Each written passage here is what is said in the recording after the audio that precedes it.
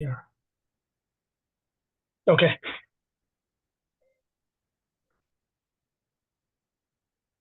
So again, before the start of any Vedic literature, any study, you have to do the prayers to three entities. One is the rishi, and that rishi is for understanding. And in the Nyasa, the rishi is placed in the on the head, and then the chandas, and the chandas is the devata of speech. So it's you pray to the chandas devata, chando abhimani devata for speech, purity of speech, pronunciation, and then of course the devata, and the chandas is placed in the mouth, and the devata of the Upanishad is Vamana, Vishnu Rupi Vamana, and the Vamana is placed in the heart. So in the Nyasa, if you look at Nyasa, basically means placing these different entities in different parts of the body. Rishi is placed for understanding in the head. Chando Abhimani Devata is placed in the mouth, and the Devata of the Upanishad is placed in the heart. So for the prayers. So again, Chandas is Yathasthana, which means that they are different. There's Trishtup Chandas, there's Anushtup Chandas, there's prose in the beginning in the Upanishad. So Yathasthana is as you have to just count the number of syllables and understand that it is that kind of Chandas. It would be Trishtup, which is 11 times 4, 44. Anushtup, 8 times 4, 32.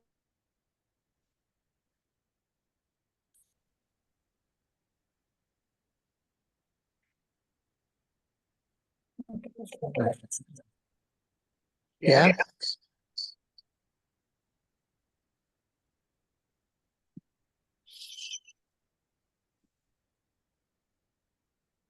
As no questions.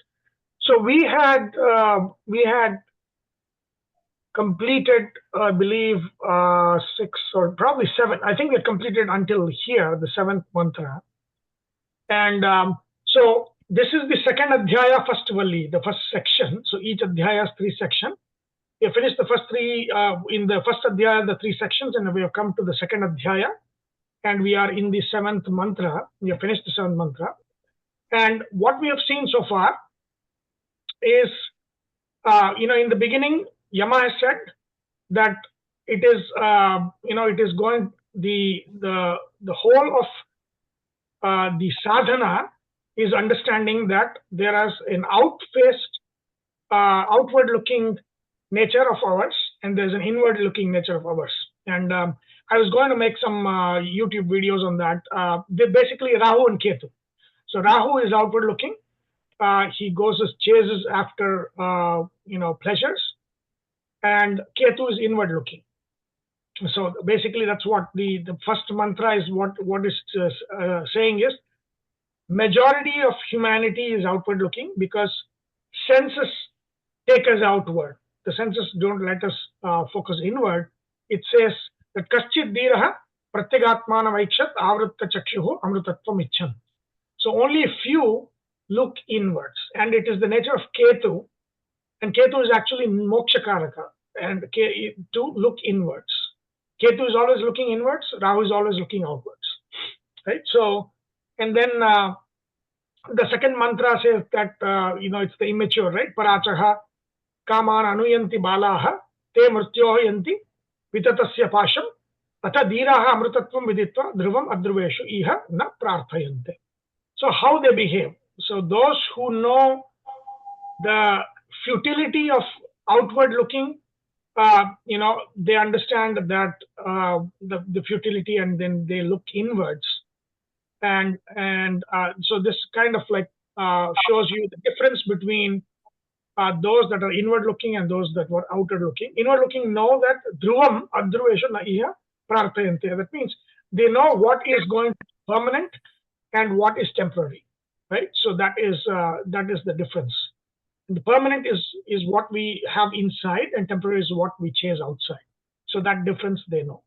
And then he starts, Yama starts saying And in the mantra, third mantra, he's saying that we have not designed our body, right? We have not designed our senses. We come into the world preloaded, and things have just, this happens to us. And so we use our eyes to see, we hear, we speak. It's all, we are preloaded with this ability to do all of those things. And while they are working, we are not unaware of that, right? We consider it as aham and mama.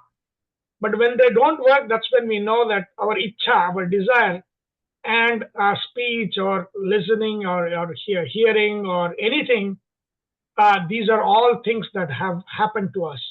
When they don't work, we understand that that there is actually, they are karanas, they are the tools that we have come preloaded, but we don't control them, and we control them very, very partially, right? So, and that's what Yama is saying. Yena rupam rasam gandham shabdan sparshamscha maithunan yete naiva vijanati kimatra parishishyate etadvaita.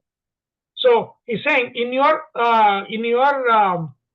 jagrita avastha, when your senses are hearing and smelling and looking, seeing, you are not doing it. It's being done for you. When that realization occurs, that is when the sadhana starts. Right? This is the nature of Paramatma. Etadvaitat is, this is what the answer to the question you asked, is that you are not doing it. He is doing it for you. And just like here, in moksha and after death as well, Paramatma is the one that does, the jiva functions for the jiva. So, and then it's not only in the waking state. He says, swapnantam jagaritantam cha ubhau yena anupashyati mahantam vibhumatmanam atva dhiro na shochati. Again, not just that, in every state of consciousness, whether it's dreaming or deep sleep or two, right? Cha ubhau, in both. And what did I say last time? So between waking and dream state, there's an in-between state, we call it sleepwalking, right? Or between dream and deep sleep state, there is a state called murcha avastha. So it's a dukkha avastha. So whether these primary states or in between states, whatever it is him that controls, not us. And those who realize it, they are the ones that really see, right? Dhiro na shochati. And then I'm just going through quickly because we have done this last time. And then, see, these are all meditations, right? Every mantra is a meditation. So you can actually meditate on how the Paramatma controls our deep sleep state, our dream state, and all of our states of consciousness. That itself is a meditation. And here, not only that, to the question, if God is omniscient, does he know what we know? So if we suffer pain, does he know the pain? Right? So if he doesn't know the pain, how is he omniscient? That's a question that is kind of like, in the West, there was, I don't know who asked that question, but if God is omnipotent, can he kill himself? Something like that. This question is, again, if he is omniscient, he should know pain. If he knows pain, then he's suffering. So that means he is not Anandamaya.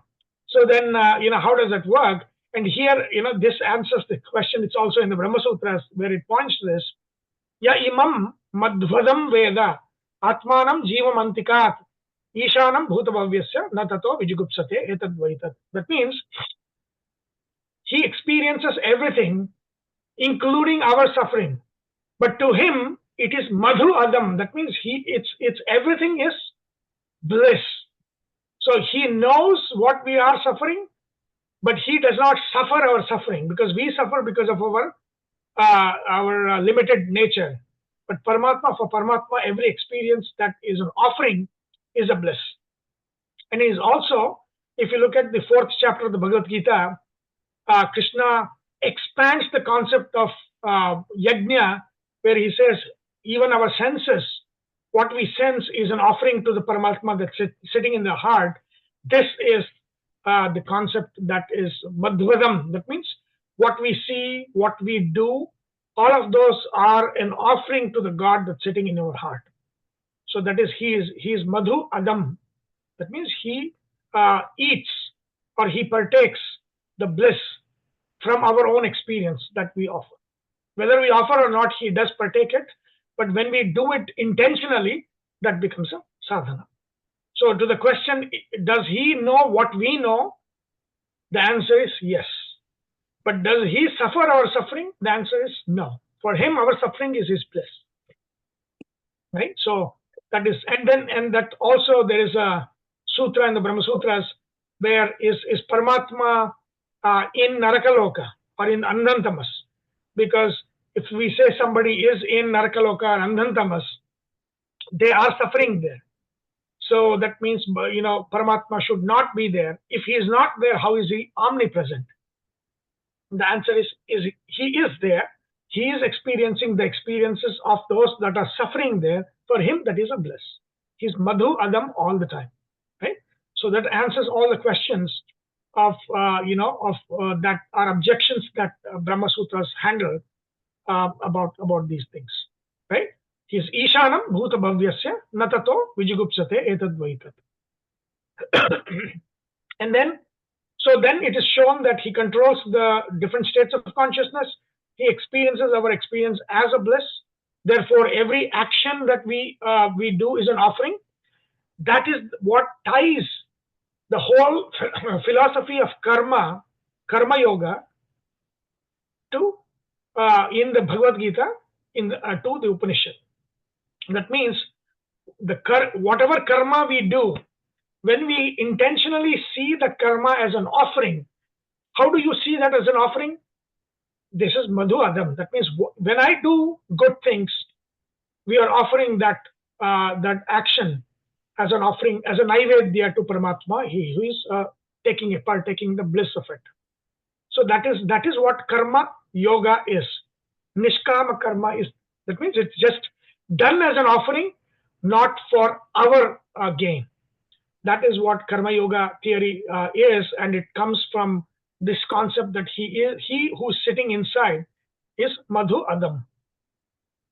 Okay, and then it goes back to the creation and how Paramatma sits in the hearts of everything.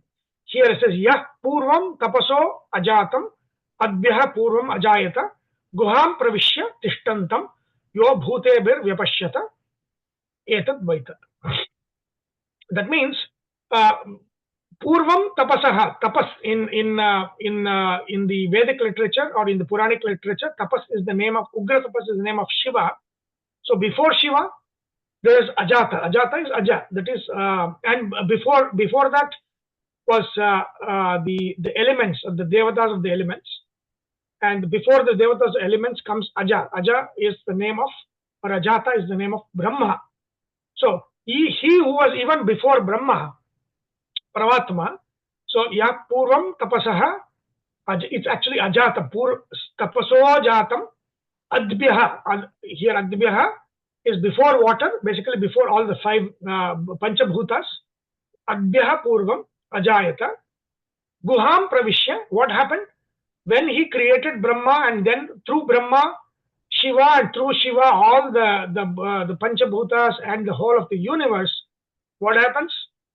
Like the Taittiriya Upanishad says, Tat Srishtva Tadevanu Pravishate. That means he created everything and he entered everything. Why did he enter everything? What was the reason for Paramatma entering everything as its Antaryami? Whether it's the Jivas or the Achit, inanimate, animate or inanimate, Paramatma entered into all of creation. Why does the Upanishad say that? At creation. You can unmute and answer the question. He is all pervasive. He is all pervasive. He's what? All pervasive. No. Why did he enter into everything that he created?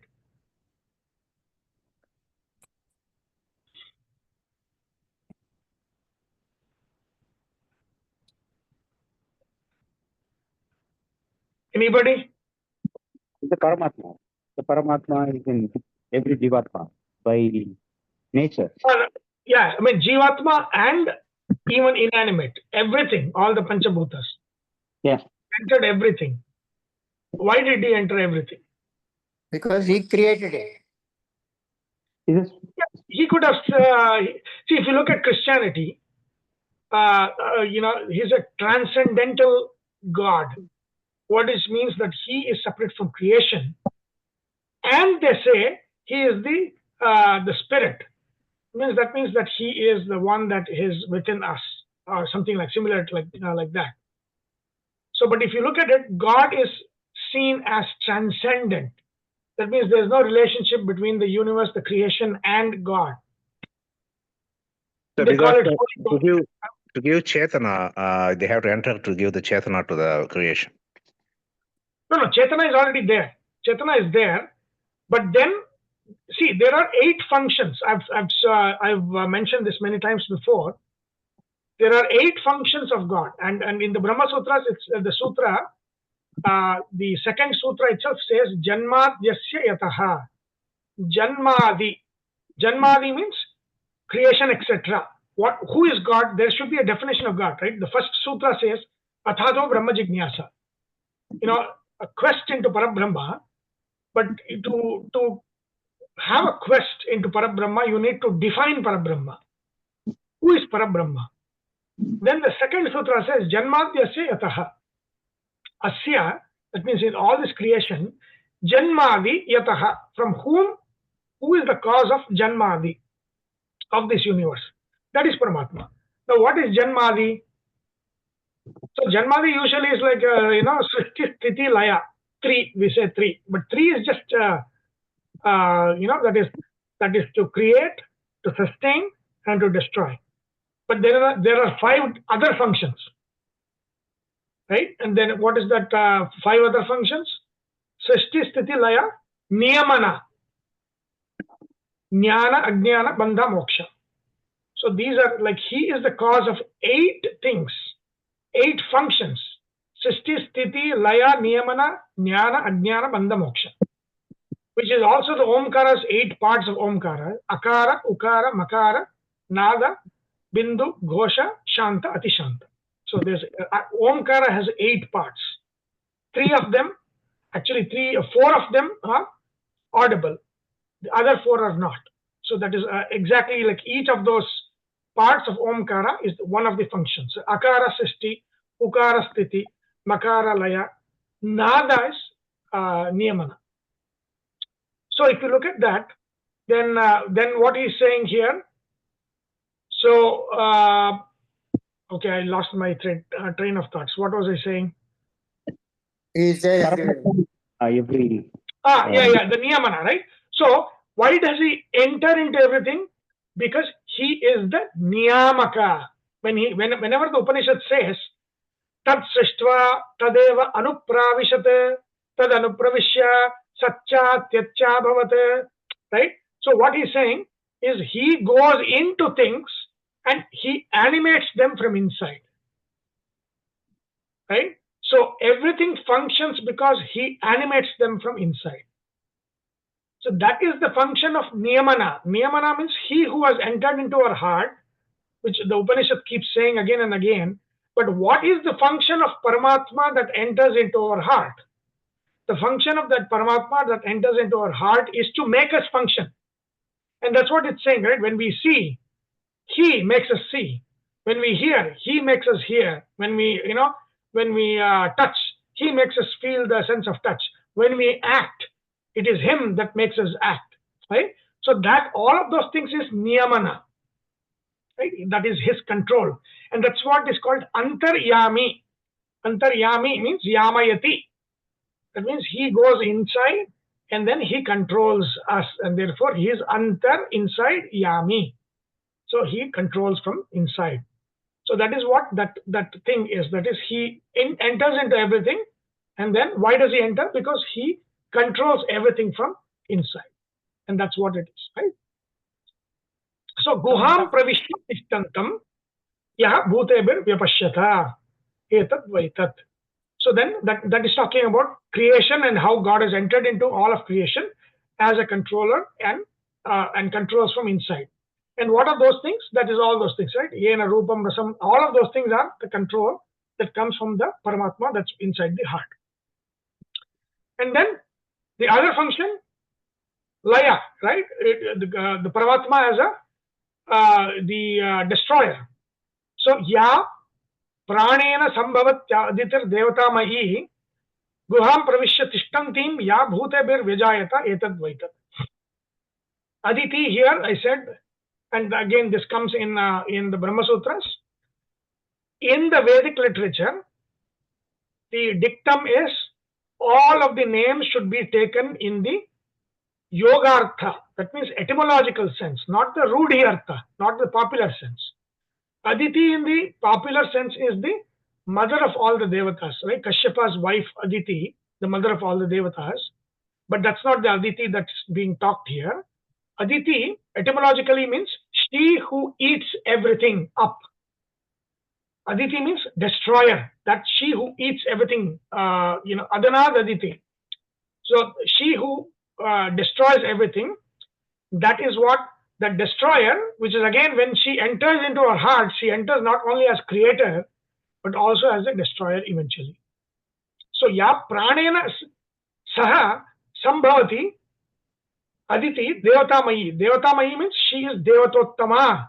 She is the transcends all of the Devatas, and she enters into our hearts with Pranadeva. Pranadeva, why Pranadeva? Because Pranadeva is the one that carries the jiva from one life to another.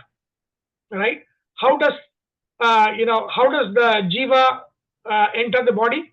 Like if all this legal thing that's going on, right? When does life start? All the legality that's going on here. So what does Vedanta say? When does life start?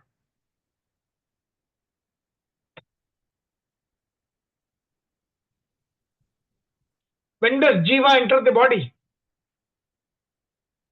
At eighth month, sixth, seventh month? No, at the time of conception. Right. Conception, correct. Because how does the jiva enter in the human or in the higher thing? How does the jiva enter the womb? From the male body to the female body, right? So the jiva's first. So in the Upanishad, the Panchagni Vidya that I've taught, so in the Chandogya Upanishad, one of the offerings is what? So the jiva first is carried by who? By male. Yeah. The father, correct. So Father. the jiva is carried by the father first.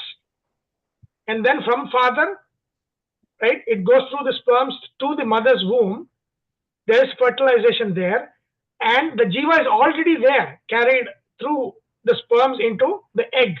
And when it's fertilized, then what happens? The jiva is deposited in the egg. And then, so jiva doesn't enter at the 7th month or 8th month or, whatever thing it is. Jiva enters at fertilization. Right? The egg, when the egg and the sperm fertilize, the jiva is deposited in the egg and the whole process of creation starts. Right? So that is what it is. Right? So the jiva enters the body or the egg, which later on becomes the body when at fertilization. And then that means what? The prana is deposited there and all the animation that goes on, because see, remember prana is who? Ana, right? An means what? Animation. So all the activity that starts is all prana. The prana is deposited first. Then prana carries the jiva. And then all of those things, all of the, the multiplication of cells and everything happens. And then the prana is what? What is the first pranic function after that? Is the heart. The beating of the heart, right? So prana is always there. Without prana, there's no jiva, right? So the prana is the one that is carrying the jiva inside, depositing, and also carries the jiva outside at death. When the jiva leaves the body, It's the prana that takes the jiva out of the body, right? So here it says prana has the jiva within him, is Aditi is with him. So the Antaryami that is inside is also not only the creator but also the destroyer, and hence called Aditi, that which eats up everything. And there is another reason why this is the female form. Why? Because who is in the Prakriti, which is the form that eats up everything? The destruction form of Prakriti.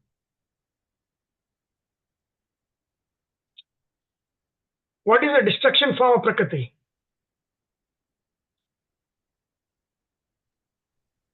Pralaya? No. What is the name of the form? Kali? Kali? Huh? Kali Mata? Durga. Durga. Durga, right?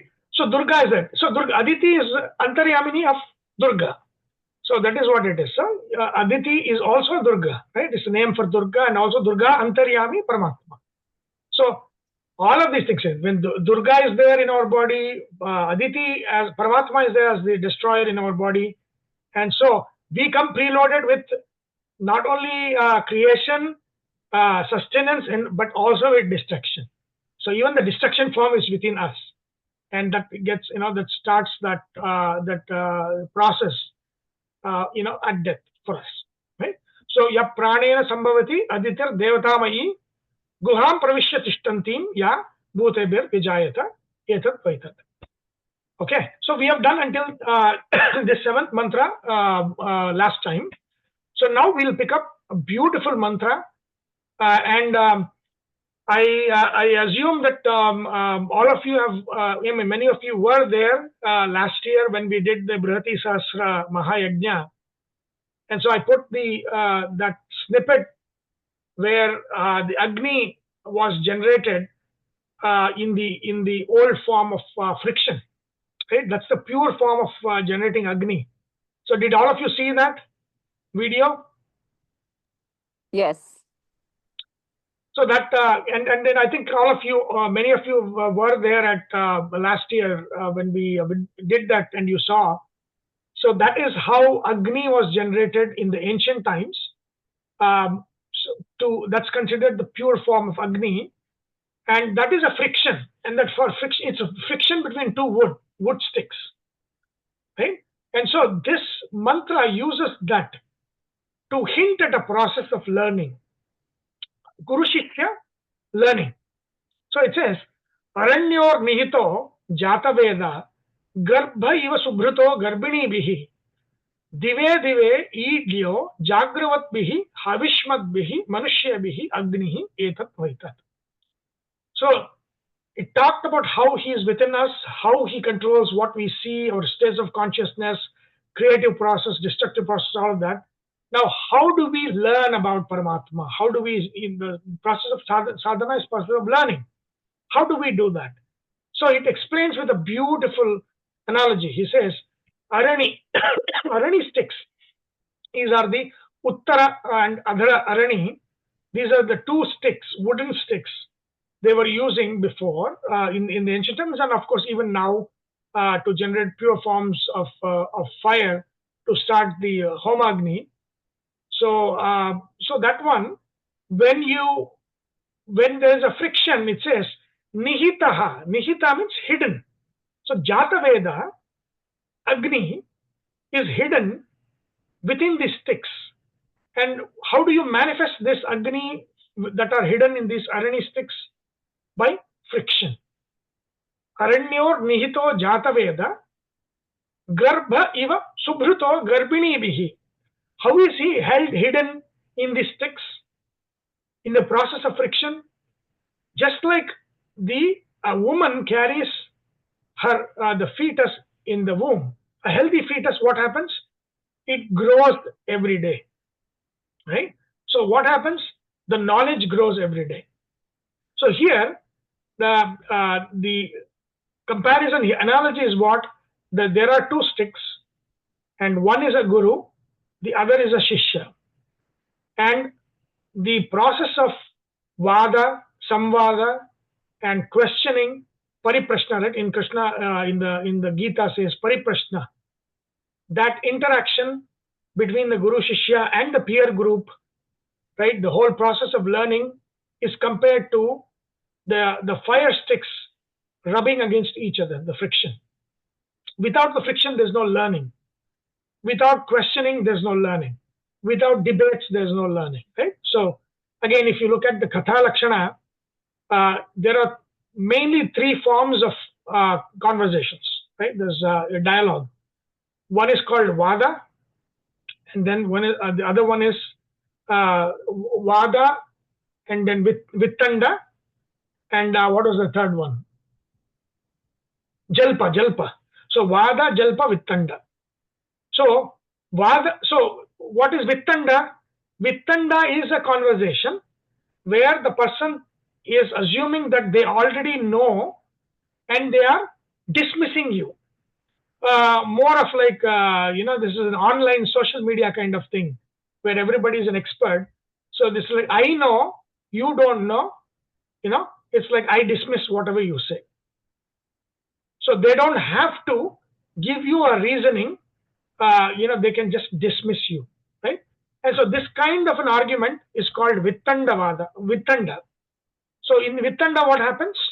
Where there is no knowledge that is generated in Vittanda, because there is no proper interaction and proper dialogue here. And one of the biggest Vittanda, the person that used Vittanda was Nagarjuna. So he's from Andhra, the Buddhist. What we call Zen Buddhism today, in Japanese Zen Buddhism, is actually Nagarjuna. So Nagarjuna used that method where he dismissed the other party in a conversation without giving his position. It's like, don't reveal your position, but dismiss the opposition position. So he would, if you look at the famous book, I forget the name of that book. It's called as some Vajra something, where Nagarjuna dismisses the different variations of arguments that an opposition can bring, and everything he dismisses. It could be like this, right? Where he says, oh, is your God omnipresent? Or if it's omnipresent, is he present in hell?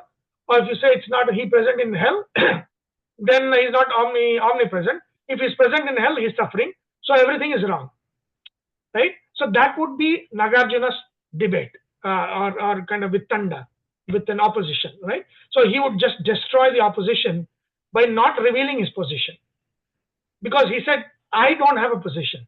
And this is called as Madhyamika Buddhism, Madhyamika. So he pioneered that technique of Vittandavada.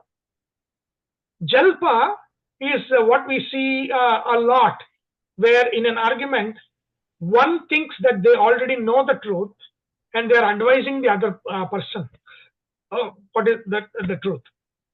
So this is called Jalpa, where my position is the true position, your position is the wrong position. Let me tell you what is right. So that again, that is not a discussion. So that is not how a knowledge is generated. So that is also called as Jalpa. And so Jalpa is also something that is not conducive to the production of knowledge.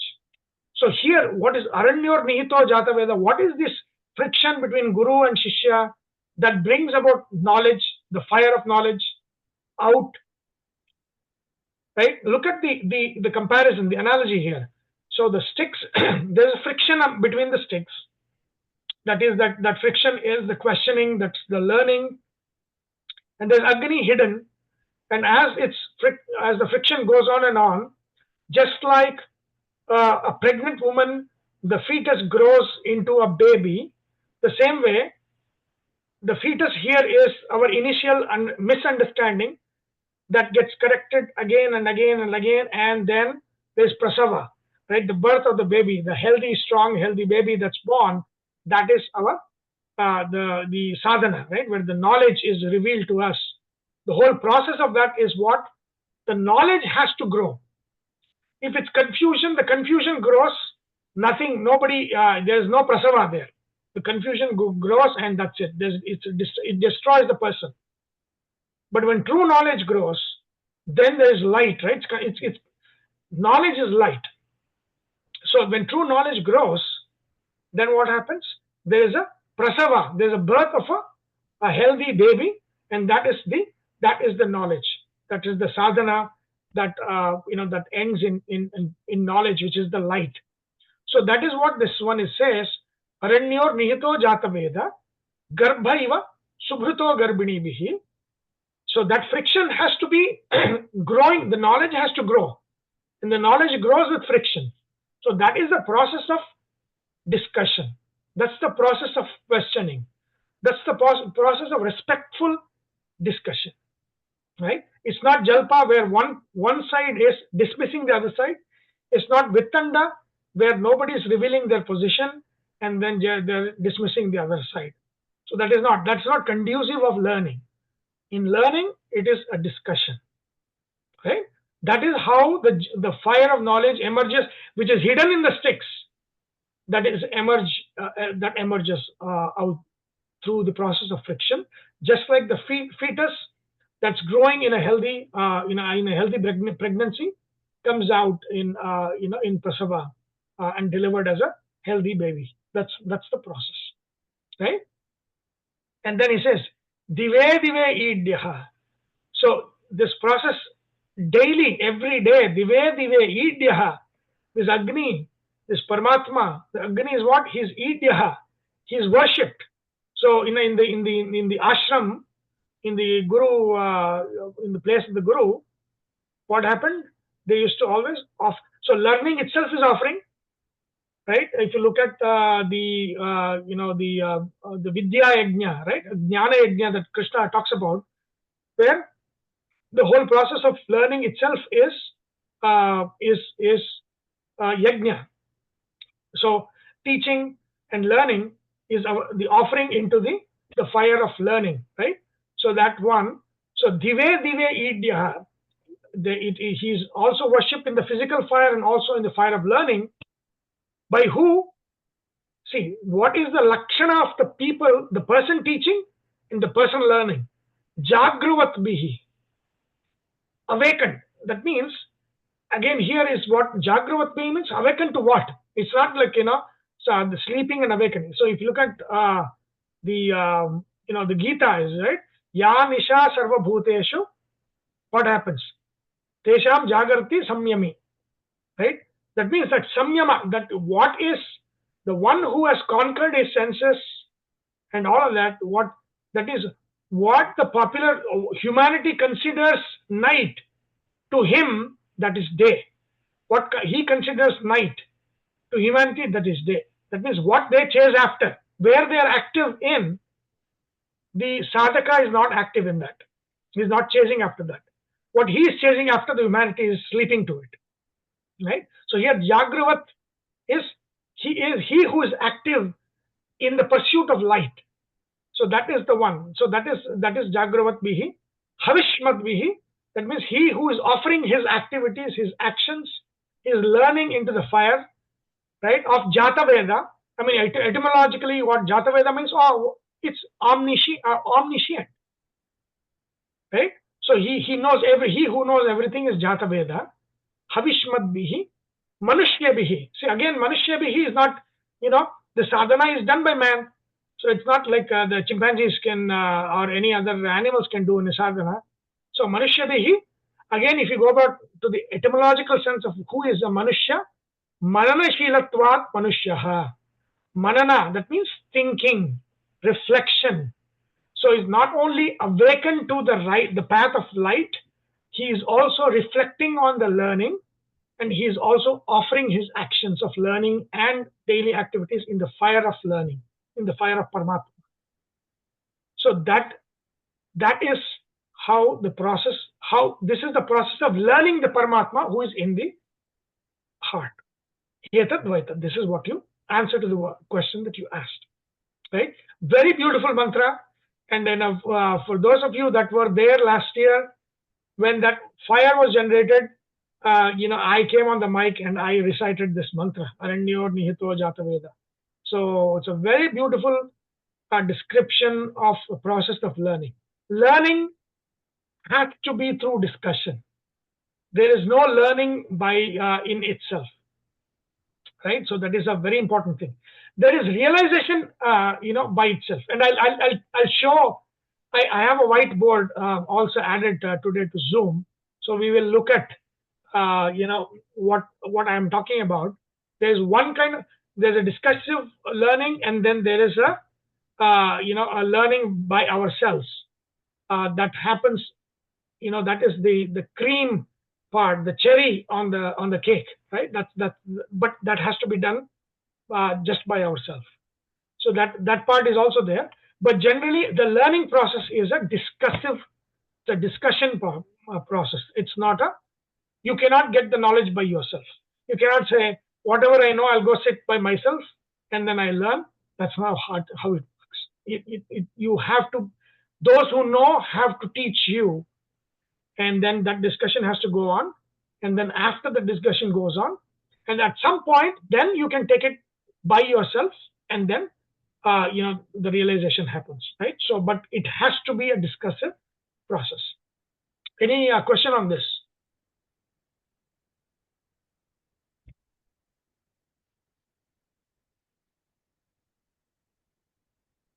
Anybody? Do you think a lot of the problems today are kind of because the knowledge is available in internet without any, like that guidance from the teacher? Correct. It's a kind of unfiltered knowledge. Yeah, exactly. Exactly. And that is the reason why, there is all the confusion is because of that. It's not structured learning. I mean, this is a description of a structured learning where there is a discussion, there is different levels of learning, one by one, go from one level to another level. Just like, it says that garbini bihi, right? Subrutaha garbini bihi. That means that it starts as a fetus, right? It's not a fully grown baby from the beginning.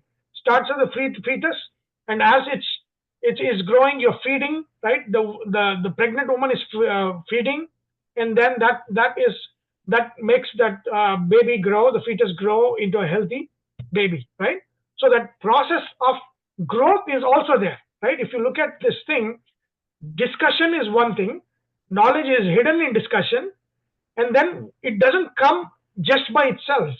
It comes in slowly. It comes just like a fetus grows into a full-grown baby. That is how knowledge grows, right? Knowledge grows from confusion. Confusion is precursor to knowing, right? You have to, and that I've explained in Ishavasya Upanishad, right? You have to have avidya and vidya, both are required to understand, right? So you need to know what is wrong and to know what is right, right? You cannot just know the right. You need to know that wrong is wrong and right is right. So that is a two-step process that the Ishavasya Upanishad talks about, not just in knowing. Even if you look at paritranaya sadhunam vinashaya cha dushkartam. So again, Krishna says that the dharma samrakshana, how does it happen? Sadhu rakshana, and then the dushta vinasha, two-step. He is not saying, I've come so that to protect the sadhu, to the good people. Sadhu is not sages. Sadhu means good people. So the good people protection and the destruction of the bad people are together. So, even though it's described as one thing, dharma rakshana is two things actually simultaneously occurring. Same way, knowledge is also two things simultaneously occurring. It is the knowing the wrong as wrong, identifying the wrong as wrong, and knowing the right as right. Without that, there is no process of learning. The process of learning is that. And that is the debate, right? That's vidyam cha avidyam cha yastadveda ubhayam saha, right? What the Ishavasya Upanishad says. And also in the Brihadaranyaka Upanishad, avidyaya mrutyam tirtva vidyaya amrutam ashnate. So that means avidya has a function. Knowing wrong as wrong has a function. Knowing right as right has a function. So these two needs to go together. Same way, protection of the good is one, destruction of the evil is one. So these two need to go together. You cannot just protect the good without destroying the evil. So both dharma rakshana is both together. So then Krishna, like in all of this explanation goes on in the Upanishad, and in the this Upanishad also talks about that, right? So that is the process of discussion and the process of knowledge growing from confusion to a fully grown healthy baby, which is your full the light of knowledge. That is the whole process. What happens? Dive. It happens daily, right? On a daily basis. We learn, we offer, and as the process goes on and goes on and on and on, then that light of knowledge shines on us. Okay. So any question on this before we go to the next one? No.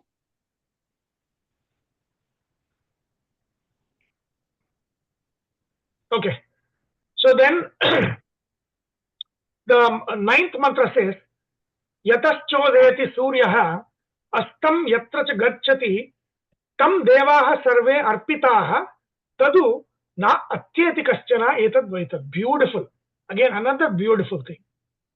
So how Paramatma is just completely very, very transcendent and more beyond all the devatas themselves. So this is Yatascha Udeti. So let's go to here, Khandartha. Let's go to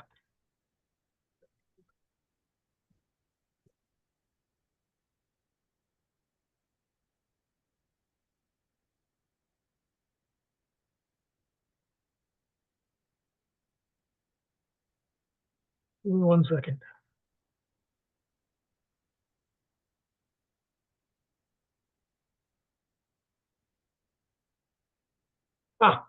So we'll go to Raghavendra Khandartha. So Raghavendra Tirtha, Raghavendra Swami, his Khandartha. Punascha Mahima Ukti Purvakam Tvat Prishtam Etadri iti aha Yataschodeti. So if you look at Suryaha Srishtikale Yataha Yasmad Udeti. So I have seen a very, very frivolous interpretation of this, where they say Yatascha Udeti. That means from whom sun rises and from whom sun sets. That is not what it is talking about. That what it is talking about is Surya Udaya. Udaya of Surya is in the Srishtikala Udaya. So Surya Srishtikale Yato Yasmad Udeti, from whom it is created. Yatra cha Yasmimscha Pralayakale Astam Adarshanam Gacchati. Astam means Adarshanam. That he who Tam Sarve Devaha Arpitaha.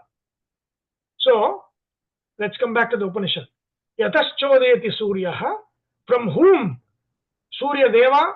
See, remember, the Upanishad talks about what is called as the Abhimani Vivaksha. That means one of the objections, or what in the Brahma Sutras what's called as Purva Paksha, to the learning of Veda or the Vedic literature is it is trivially wrong. And one of the questions in the Purva Paksha asked is, the Upanishads and the Veda talk about sun talking, water talking, tree talking, and all of those things, which is, and this is also Charvakas say this. How can you follow a literature where it is so trivially wrong, where it says, the tree is talking or the water is talking and all of that stuff, and the mind is talking. So how can you take this seriously? So Vyasa says, Abhimani Vivaksha. That means where an achetana is given a chetana function. That means where it says the water spoke, or the water thought, or water desired, right? And we see that, right? It is Abhimani Devata of the element that is meant by that, right? So that means Like for example, when we say water spoke, which means who is the Abhimani Devata of water element? Who is the Abhimani Devata of water element? Varuna. Varuna Deva, right? So that means when we say water spoke, the Abhimani Vivaksha Sutra of Brahma Sutra says that it is Varuna that is speaking. Water thought. It is Varuna that is desiring or thinking. That is what you do. So that means when we say Surya Deva, there are two things that is meant here. What we see outside, the physical sun, is the inanimate, right? That is physical sun. That is actually Surya Mandala. So Surya Mandala, right? So when we say Surya, both of them are taken together. That means the Surya Devata is one of the Aditi Putra. Surya is Aditi Putra, right? There are 12 Aditi Putras. Of them, Surya is one of them. Okay. So, and who is the last one? Vamana Deva. Who is the Devata of this Upanishad? So here, when we say Surya Deva, not only is the Surya Mandala meant, Surya Deva is meant. Surya Deva. Both of them are meant. Just like when we say Sunil, when we say Karthik, we are referring to both the Jiva Karthik, the consciousness, is also the Deha Karthik. They are together, right? But the Deha will not speak. The Jiva is speaking through the Deha. So they are together, right? So that is the Abhimani Vivaksha Sutra. So it doesn't, oh, sun speaks. So how does sun speak? Sun doesn't speak. How does a plant speak? How does a tree speak? How does water speak? Well, how does fire speak? No, I mean, it only fools will say, these things will speak. So the Upanishad is, very clear. It is whenever an Agni speaks, it's the Agni Devata that speaks. Chaitana speaks. And when we pray to the Agni, we are not, it's like praying to a dead body. We cannot pray. See, the fire, it's the body of Agni Devata. So we have, our prayers are to Chaitana. Why do we pray to Agni? He is a Duta, messenger.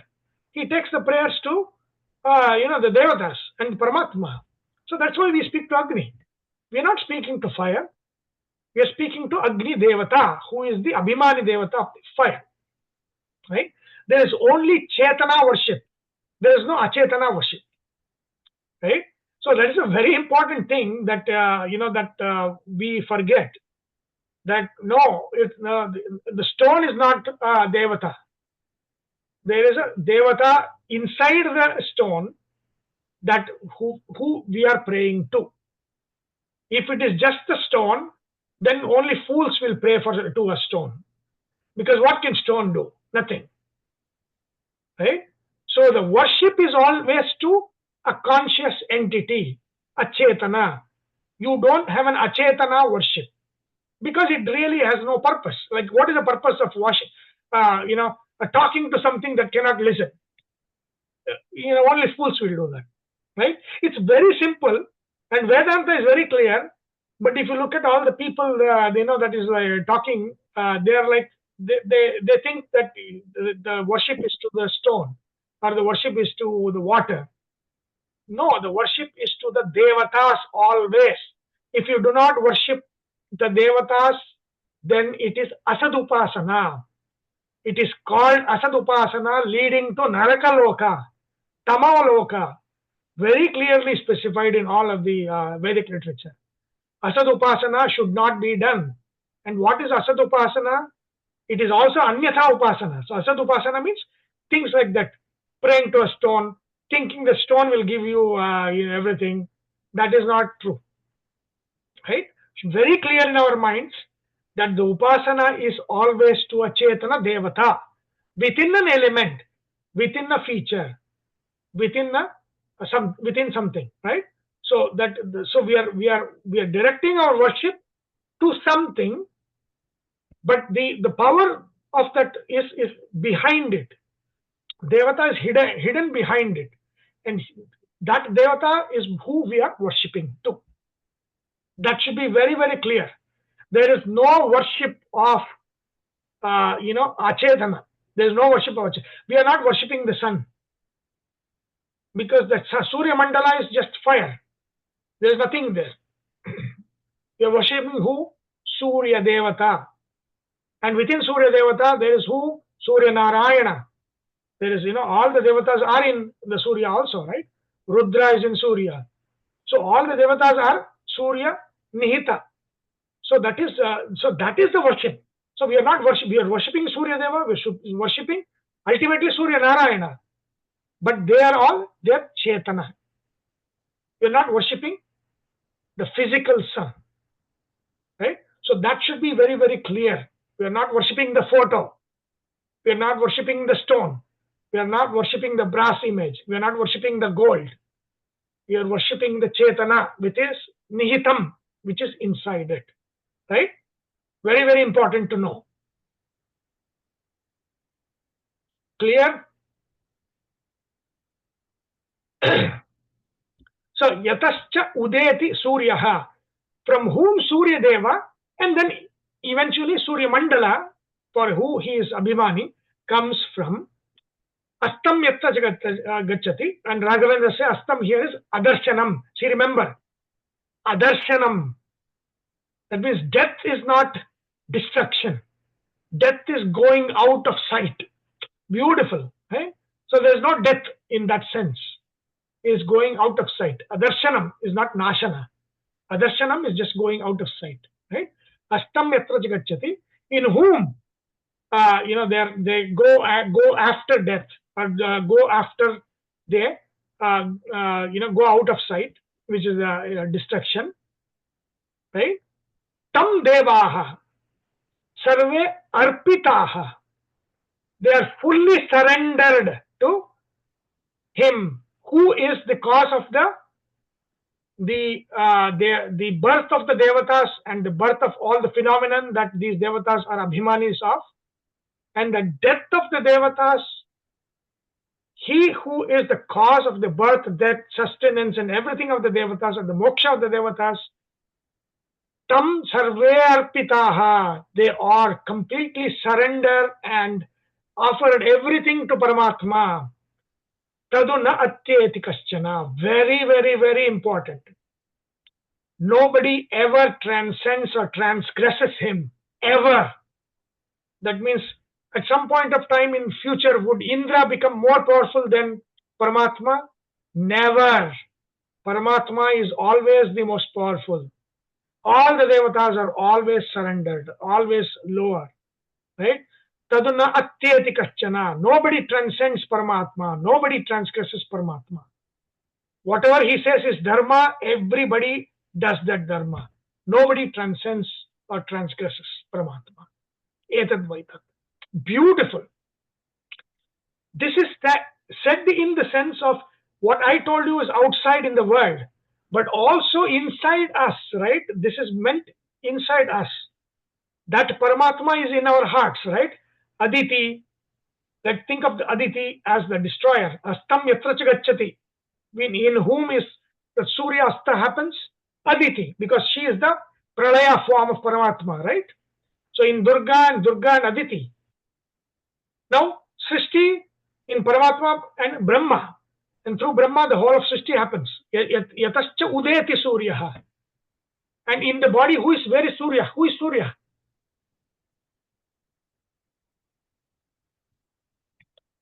Who is Surya in the body? Eyes, right? Primarily, correct. Yeah, the eyesight, right? All the devatas are the Abhimani devatas of a function of in our body, right? So our eyesight is ruled by whom? Surya Deva. Surya Deva is born from Aditi in the Puranas, right? In this Manvantara. But where is Surya born from? At the Srishti Kala, Mahasrishti. After Brahma, after Shiva, after all the Panchabhutas are born, the Devatas are born from who?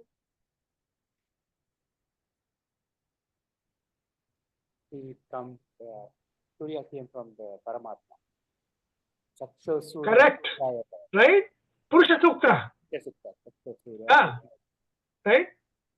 So Purusha Sukta, right? the whole of the description of all of the devatas coming from different parts of the body, right?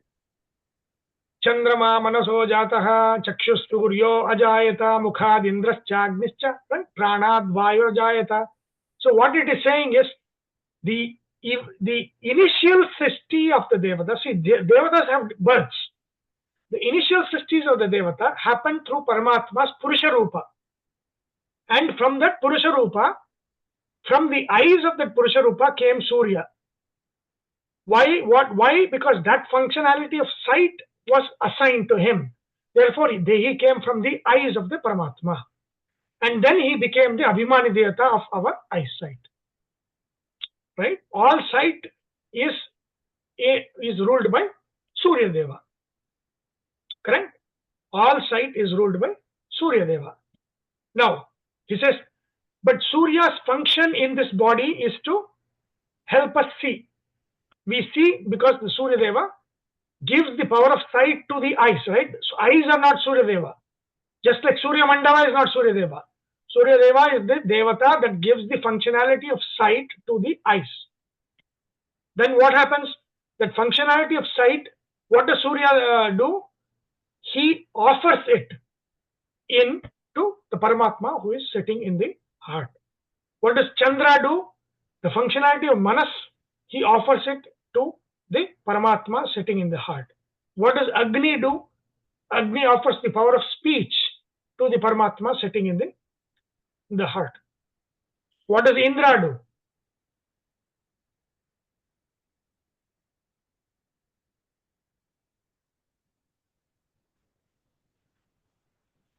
He offers the functions of the hands, right?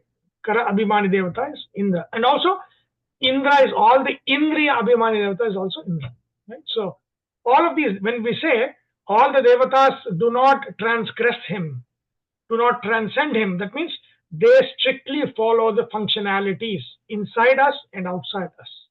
That which has been prescribed to them, they do that as their duties.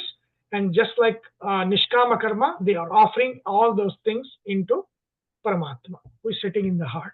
That is what you asked is what. So now, tam devaha sarve arpitaha tadu na atyeti kasya. Very important, na atyeti. Nobody ever, no devata ever transcends Paramatma or transgresses Paramatma. They are being given duties and they do follow the duties to the T without any transgression.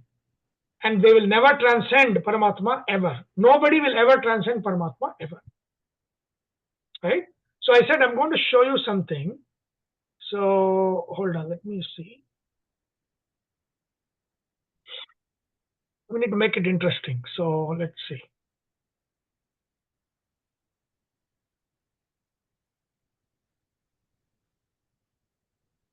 Can you see the whiteboard?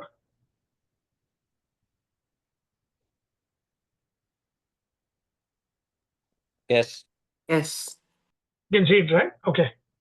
So now let's see. Oh,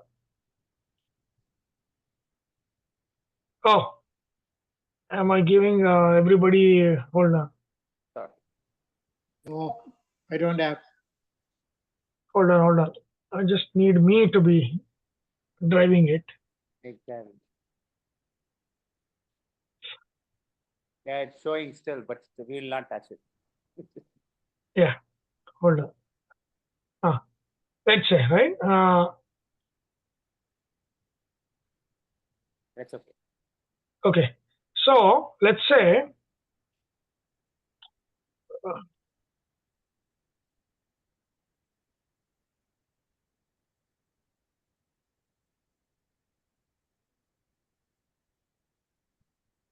Okay, you know what I'm doing, right?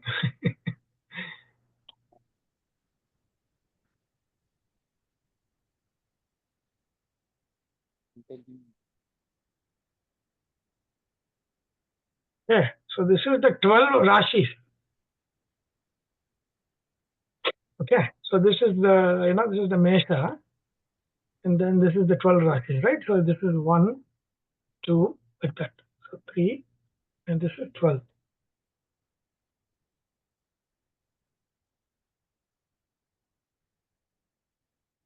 7, 8, 9, 10, 11, 12. Okay. So now why am I showing this? To explain a concept here. So now, which is the moksha sthana here, Karthik? In the chart, 12th house. the 12th house is the moksha 12. sthana. Right? This is the house of moksha sthana. But what is generally, what is it called? What is the name? What bhava name is given to that?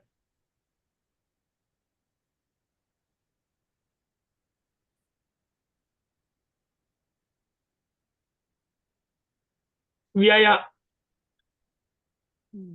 Right? So the name of the 12th bhava is called Vyaya. Vyaya means You losing, spend. or you're spending, right? You're spending, losing, all of those things are 12th bhava. Now moksha sthana is, why is it moksha sthana called Vyaya?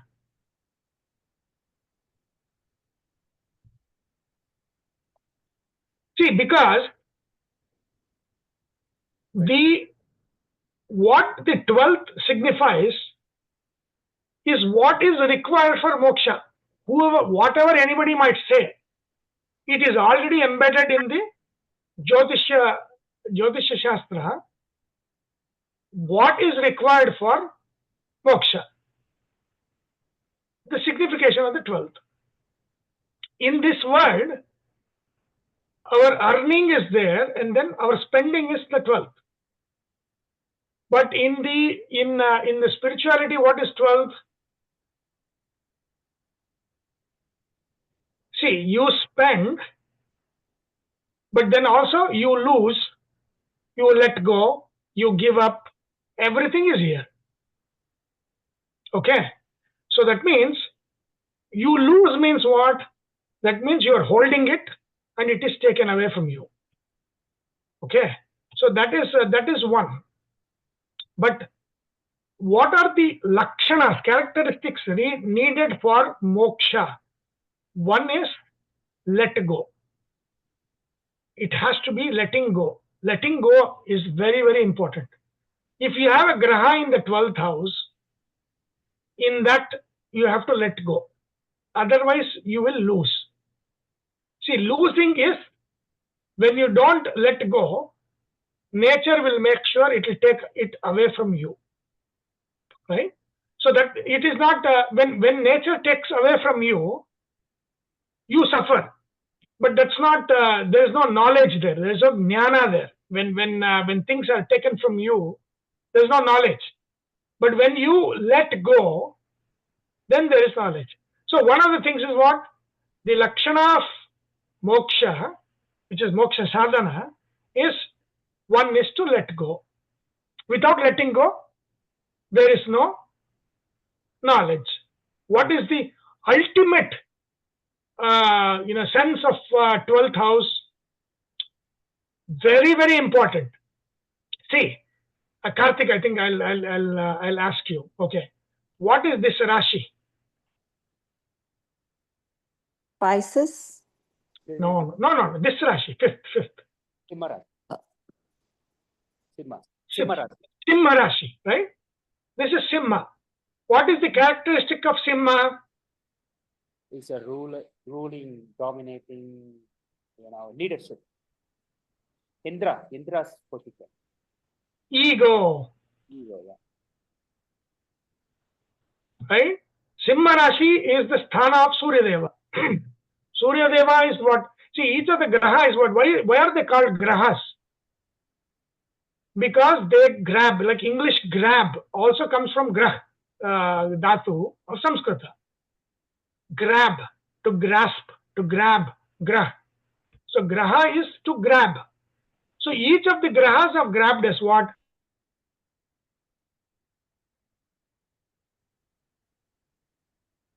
Surya has grabbed us through his ego. Our ego is ruled by Surya Deva, which is a physical function, sight. Mental function is what? Our ego. Right? So our ego is also ruled by sun. So this is also ruled by sun. Okay. Now, this house is how many houses from this house? 6. No. 1, 2, 3, 4, 5, 6, 7, 8. You're So in talking the from eighth, 12th, from 12th to 5th, or no, which 5th one? to 12th. Oh, okay. Sorry. It's always like this. It's always clockwise. So what is the signification of 8 in Jyotisha? Death. Death. Loss, Loss. right? Death. Yeah. Not death. Now that means the 12th house is the death of what?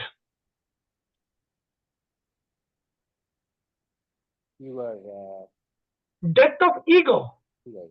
Surya goes to die in the 12th house. Surya in the 12th house there is no ego in that person.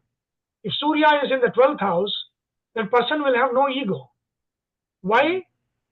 Because in the 12th house there is no ego. Because it is 8 from the 5th house. 5th house where there is that ego originates in the 5th house. It is also exalted in the 1st house. Right? 12th is the destruction of the 1st house. Right? So that means what? So I'm telling you, all of what requirements of sadhana is already there in Jyotisha. One is to let go. One is to lose the ego. Right? Ego has to die.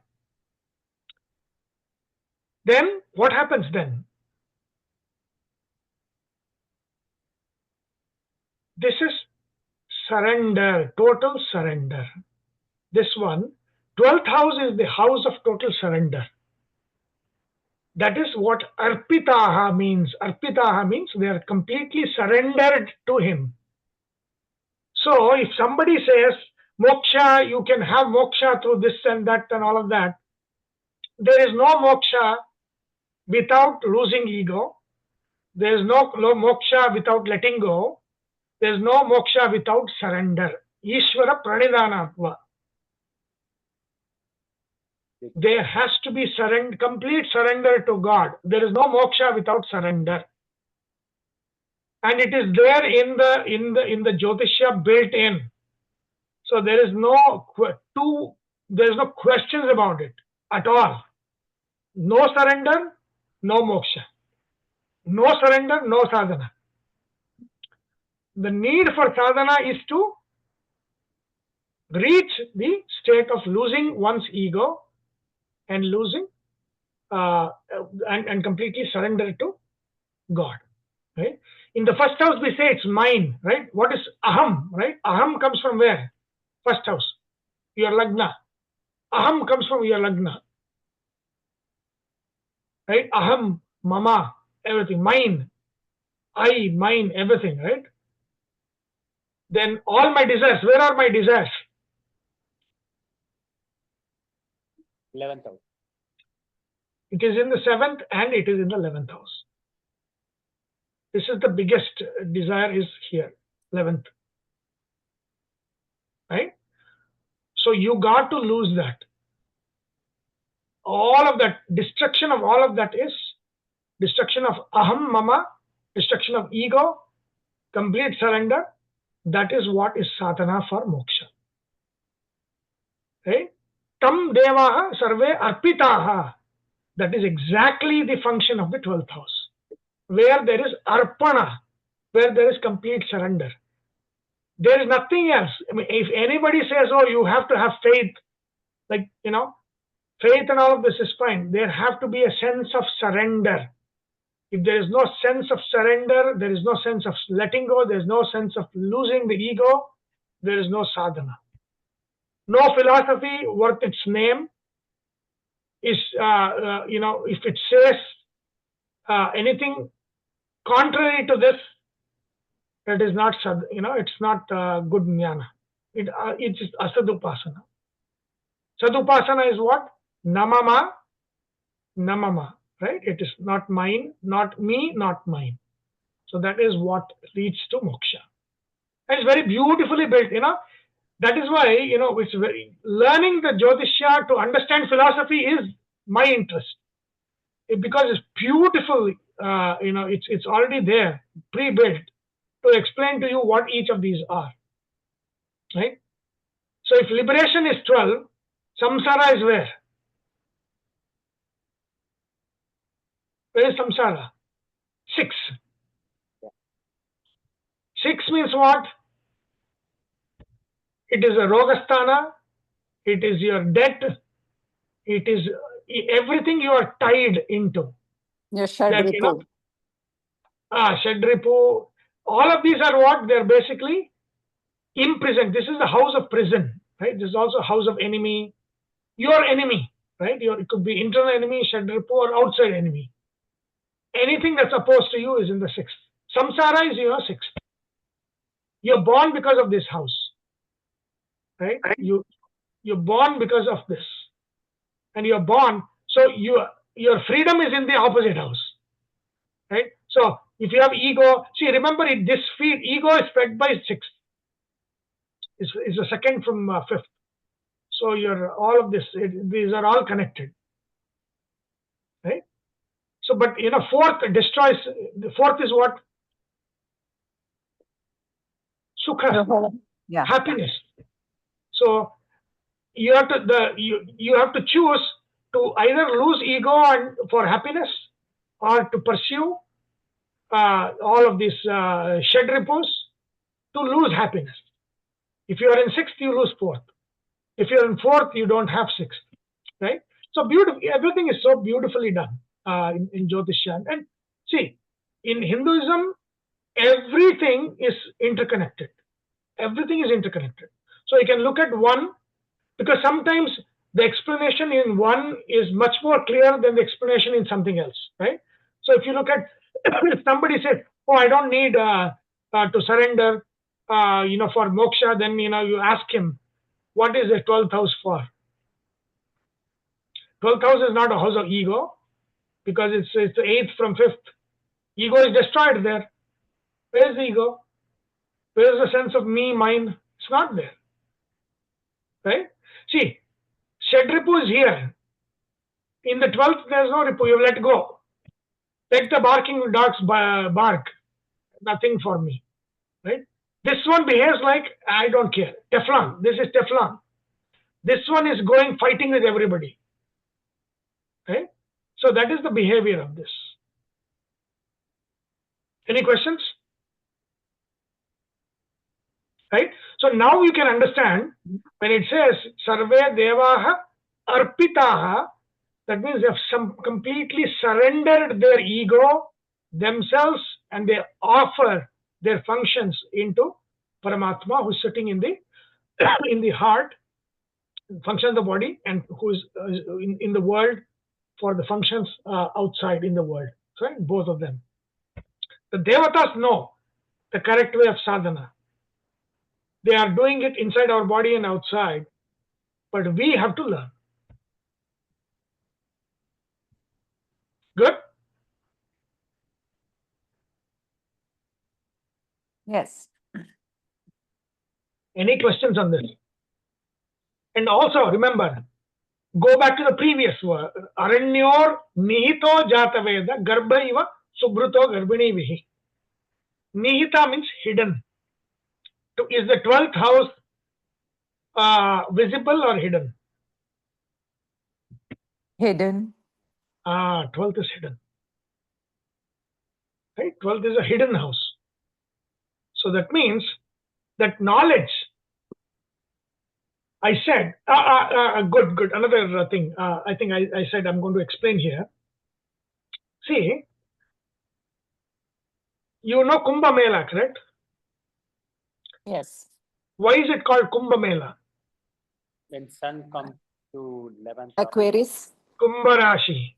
See, Kumbh Rashi is a place where people meet. Right? There are 3 meeting places in the horoscope. This is like the Mithuna Rashi is like the party, right? Where people meet for partying. That is Mithuna Rashi. Tula Rashi is marketplace, right? Business. You go buy and sell and all of those things that happens in Tula. Kumbh Rashi is where people meet, It's like a city center, like people just meet. Mela, right? So Kumbh Mela Kumbh is for Mela, where people meet.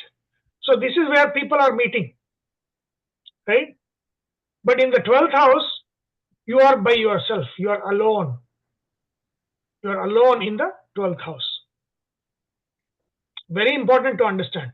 So I said the process of learning is discursive, right? There's a discussion between guru and shishya and the peer groups and all of that stuff. But once that fetus of knowledge that grows daily, dive idyaha jagravatbihi havishmadbihi manushyabihi agnihi etadvaitat. So when that prasava happens, when the child is born, what happens? You are no longer in the communal learning. The meditation happens where? Meditation is always, dhyana is always group. No, dhyana is always individual. This 12th house is individual. 12th house is where you are by yourself. Right? So that means, very important, right? You look at all the people that meditate, deep meditation, go to samadhi and all of that. That is all done in alone, right? Loneliness. You are doing all of these sadhana alone. Up to a point where you need to get to a conviction, it is communal learning. But once it is done, then the reflection process and then the manana, dhyana process is done by yourself. And this is 12th house is also the house of dhyana, meditation. Dhyana samadhi comes from 12th house. This is where you meditate. And you cannot meditate in a group. You have to meditate alone by yourself. That is where the 12th house is, right? So all of these are very, very, very clearly obvious in Jyotisha. How sadhana is done, what is sadhana, what is the behavior, everything is there when you look at the 12th house. You'll see that. Right? 12th house is the house of Guru. Right? So that means Guru is what? Guru is love. So, and if you go opposite side, 6th house is Kanya here. Kanya is ruled by Buddha. What is Buddha? Kid. Buddha is a kid. What is kid doing? Competing, discussing, tantrums, impulsive. All is the kid nature. Immature. This is immature. This is very mature. Right? Apuryamana machala pratishtam. Like what Krishna says. Samudramapaha pravishanti advat. And Krishna says, desire has to enter just like water, river water enters an ocean. Ocean is not longing. Ocean is already full. So we should not long from a scarcity mentality, but a fullness mentality. Right? That's what Krishna says. This is full. 12th house is full. 12th house is not chasing. 6th house is chasing. This is immature. This is competing. This is fighting all the time. This is, this is the 12th house is, it's like the ocean that is still. So all of these are, this tell you how a sadhana is done. Right? Any questions on this?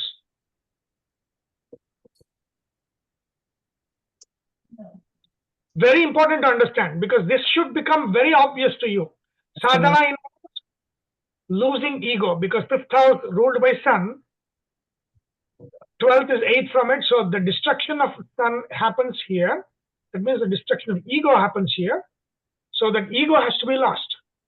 12th house is a house of surrender. 12th house is a house of letting go. Right? 12th house is a house of stillness. 12th house is a house of isolation, loneliness. So all of these things are a requirement for sadhana, for moksha. Until we are in Kumbha, we will not go here, because Kumbha is what imprisons us. So, it is the house of longing. It is house of chasing after desires. This is Ishtapurti. This is where all our desires come true. So as long as it's coming true, you are going to be between 10 and 11. 10 is karma, 11 is phala. Karma phala. 11, 10, 11, 10, 11, 10. That's it. We are stuck. But when you go to 12, that is when you let go. Got it? So Sunil, if you if it's if the planet in 12 and you let go kind of a thing, but if you actually, that means people who don't have those planetary alignment can't let go. They can't practice let go, and I mean, like, It this is kind hard. of So by intentionally they will not be able to, but they can cultivate it. Definitely cultivate it. No, but I think your question is not correct in the sense that if there's a planet in 12, doesn't mean you cannot let go. It means that you have to let that go first. Like, for example, if sun is there, you better give up ego, because ego will destroy you. What Some if you people have Jupiter in 12? Very good. Very good. Jupiter is what? Love, right? His bhakti. Knowledge, yeah. Yeah, knowledge and all of that stuff. So he should be 12th Jupiter is very good if you follow that. See, remember, the grahas will be good if you have that behavior. If you do not have that behavior, for example, see, 12th house is considered trika. It's a bad house. So trika means what? Ka. So there are 3 kas. What are those kas? One is the 6th ka. 6th is a house of ka. 8th is a house of ka. And 12th is a house of ka. It could be any ka. Like if it's like Brahmadeva in the Upanishad, says da to the devatas, the asuras, and the manushas. What is da? They go back and they're like, oh, devatas think, I think it means dhamma, because we have all the pleasures with us. So dhamma means to what? Control your senses. That's what he's teaching us. Then the asuras say, what is this da? Says daya. Oh, I think for our improvement we need to have compassion. Is the most important thing for us. And then for the manushas, they also discuss what is da for us. Dana. We are always greedy, always holding. What is the best thing for us is to give. Again, 12th house, right? All of these are 12th house. So, Sunil, here, like if Jupiter is there, Jupiter, as you said, stands for love and knowledge. So you have to give away love and knowledge, or?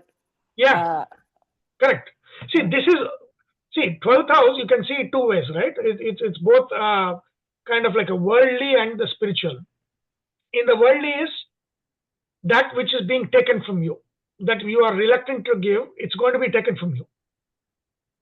Right? And again, it depends on where, what guru signifies and all of that. But in the spiritual sense, it says, if you give what is here, then it is going to develop you in a spiritual sense. Let's say, for example, sun is here. It means you better give up ego and see what happens the moment you give up ego, things will turn for you. But as long as you hold on to ego when sun is in the 12th house, generally because sun is, 6th from 12th, which means the enemy of moksha is your ego, right? As long as you hold on to your ego, generally nothing will happen, right? You're still going to be in the cycles of in the samsara. But if you have sun in the 12th, which means what? Either you are born with no ego, which is a good thing, but if you have ego for some reason, for other the things in the chart, it says you better lose ego, otherwise you will be stuck. Your ego will be the cause of your loss. It could be like your ego will lead for taxation, right? Because sun is the karaka for government. So that means you're losing through sun. That means the government will be chasing after you because you have not paid your taxes correctly, or things like that. I mean, it could be any number of things, right? But that's the thing. Sunil, just a question. Yeah. Like, for example, that Jupiter in 12, which signifies knowledge and love. Giving could also mean that you become compassionate and give love to everybody around Exactly. and give the Exactly. knowledge, teach what you know to everybody. Could that Exactly. mean? Oh, Correct. okay. Correct. Okay. Correct. Correct. So When you I'm do saying that, is that you don't have to know the planetary alignment to do the good stuff that you're supposed correct. to do. See, that Yes. is the reason, right? See, why do they see whenever they say do this, do that, that all That's actually is Rajasic derived from then. these things. It's already derived, right? But sometimes what happens in your individual case, there is one important thing that is the root of all giving up. Like you're kind of holding on. Mm. So it's like, for example, when somebody says give up your ego, maybe that's not something that you're ready to give up, right? But maybe that is the turning point for you, right? It kind of like keystone habit, right? It's like once you lose the ego, everything falls in place. Just look at what happens to you, right? So that is shown in the 12th house. If Or no the planet, Lord if of the no planet is in the 12th house, what does it mean? the Lord of the 12th, wherever he's sitting, you So better give up. in this case, Sunil, like Lord of the 12th, if it's Sun and it sits in suppose in 10th house. So what does that mean then? No, I mean Lord of the 10th No, house is sitting 12th. in 12th. No, 12th house, Lord of 12th house, Sun, if it goes to 10th house, which is the house of work, then what would that mean? See, that's a very good position because see, remember, Sun needs to be in the 10th house because he's most powerful in the 10th house, which means he's like midday, right? He's a midday sun, very powerful sun. But 10th house is also house of public, right? So 10th house is your interaction with the world, your kirti, your yashas, everything is your like, for example, we say name and fame. That name and fame is the 10th house, right? If the 10th house is not good, you will not have the fame and name. So you have the fame and name, but it is saying you better not be attached to it, because once you get attached to it, that will come back to bite you, or it is the cause of, like, it might be something that's leading you to troubles, right? Be avirakta in the activities of the 10th house, or do not be attached to your name and fame. Do not that pressurize you to do things, whatever, like that, right? So it's kind of a simple way of saying, if the 12th Lord is in the 10th house, you please be unattached to the activities, because name and fame will come to you because Sun is there in the 10th. But let that not distract you, because that distraction is going to be a keystone distraction. It's going to distract everything in your life, like that. Okay. Right? So that is a very important to understand. Generally, what the 12th means is losing ego, complete surrender. Surrender, the bhava of surrender has to be there for moksha. Right? Surrender is the most important things. Bhakti, right? All of these things will come from the 12th. See, remember, 12th is the house of, the natural 12th is the house of Guru, Meena Rashi, right?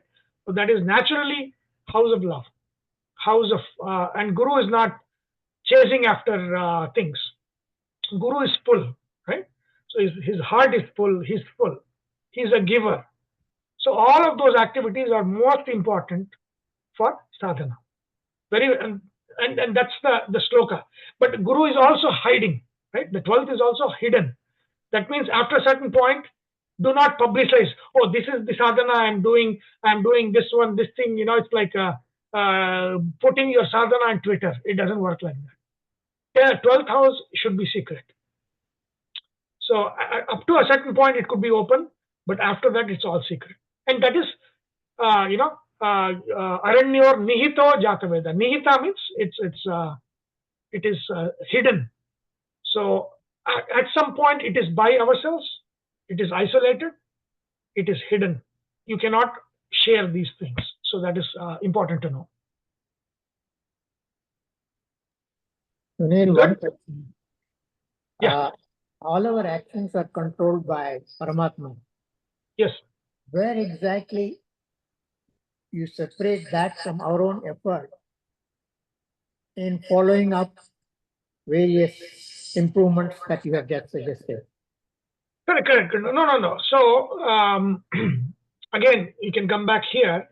So there are three concepts in karma. And when I was doing when we were learning the third chapter, Karma Yoga in Gita, we went through that in a very lot of detail. So there are three aspects to karma. And you can see here also. So one is called as Purushakara. That means human effort. That is the third house. Third house is the house of effort. Daiva, ninth house. That means that which we cannot control.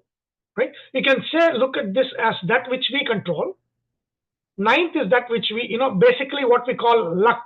Bhagyasthana. Bhagya is ninth. What we cannot control. What we control. And Hata is like your Janma. So there are three causes. That means your activities, Paramatma is making us act based on our nature. So it's like there is a mango seed, and the mango seed is planted and watered. What comes out of it is mango tree, right? What the tree is, it's a good tree, it's a healthy tree, or whatever it is. It depends on the seed, and of course also the ecosystem, right, where it is grown. So what is the Paramatma doing? Planting and watering it, right?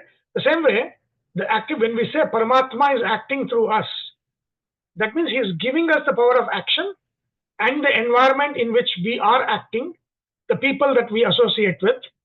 All of those things that come to our life is based on what our nature and our previous karma, purva karma, right? All of those things are there.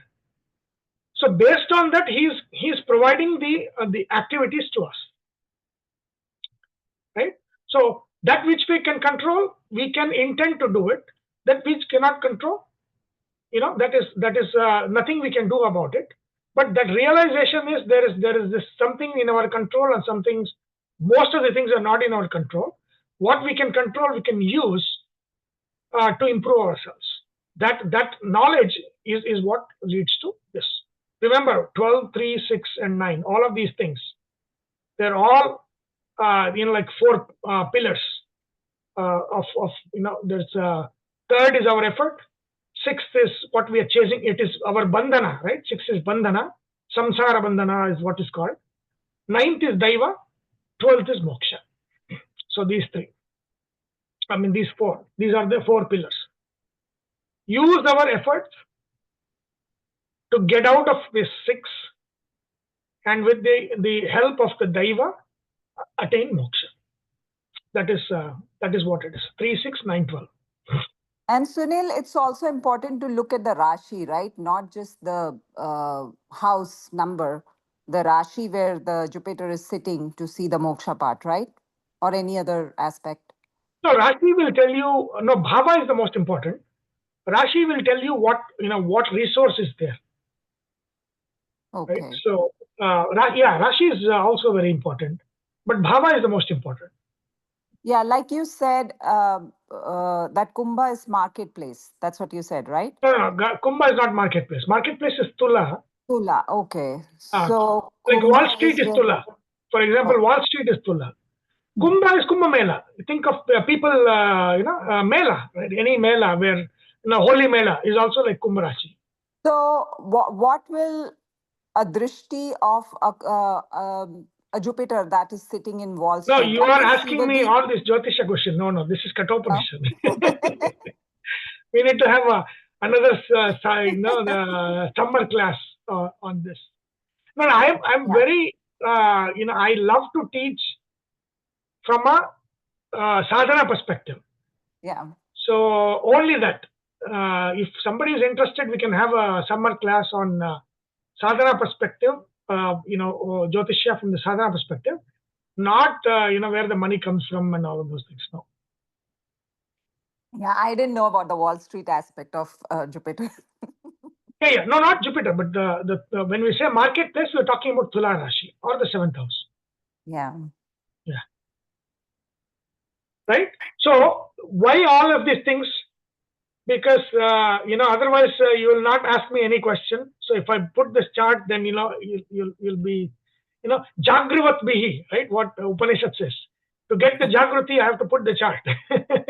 So this is what it's very, very obvious, very, very clear that for sadhana, loss of ego, and that fullness of the heart, love, giving, letting go, these are the most essential characteristics of sadhana. Anything that says to the contrary is wrong knowledge, right? Complete surrender.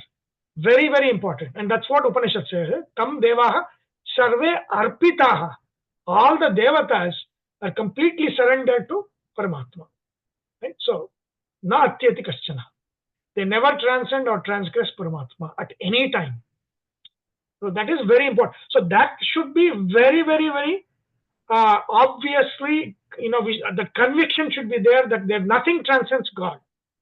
And surrender is the most important thing. Right? Anything that is not talking about these things is not true knowledge. It's not sadupasana. It's asadupasana. Okay. So any questions on this?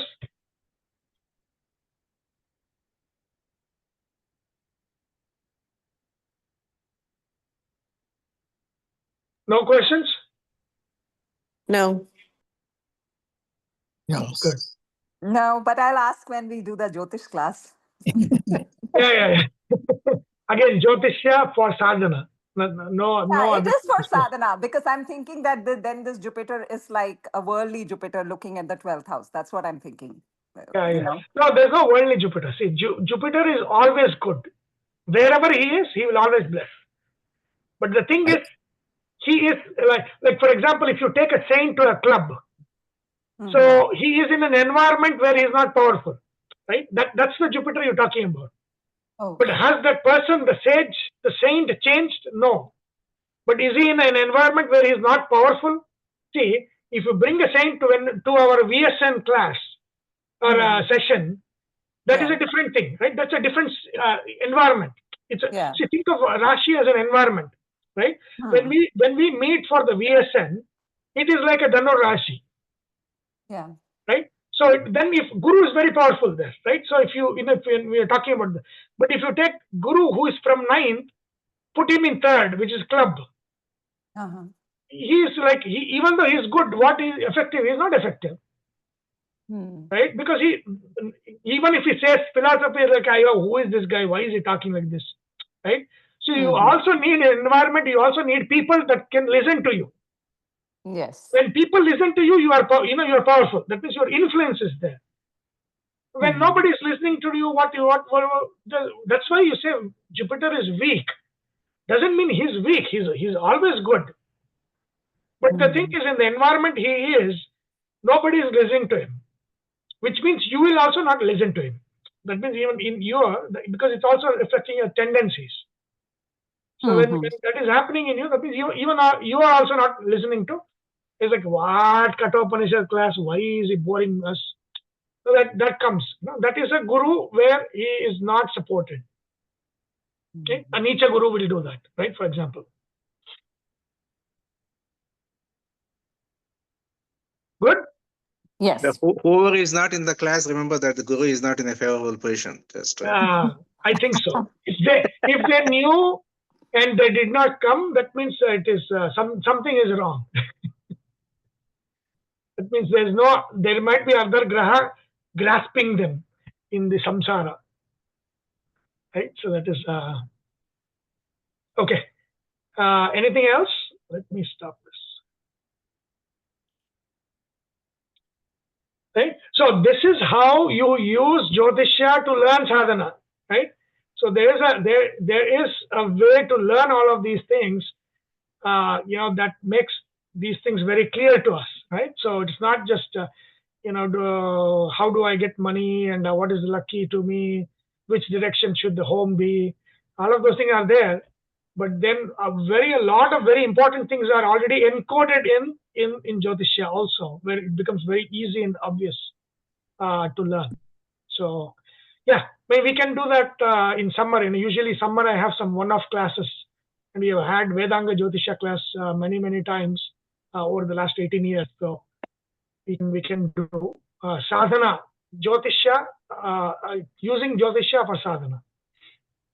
For you, for example, in your case, what is your guna that you have to lose, for that bottleneck to go for sadhana, things like that.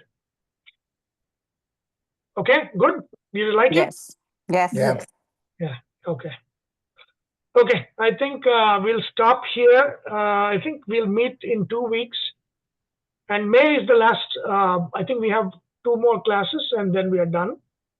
And again, we'll come back in August, and then I'll see what the arrangement is going to be, because the location is the problem now. And if we can get a classroom, then we'll go back to in person. Otherwise, we'll probably continue online. Okay. Okay. Let's end with the prayer.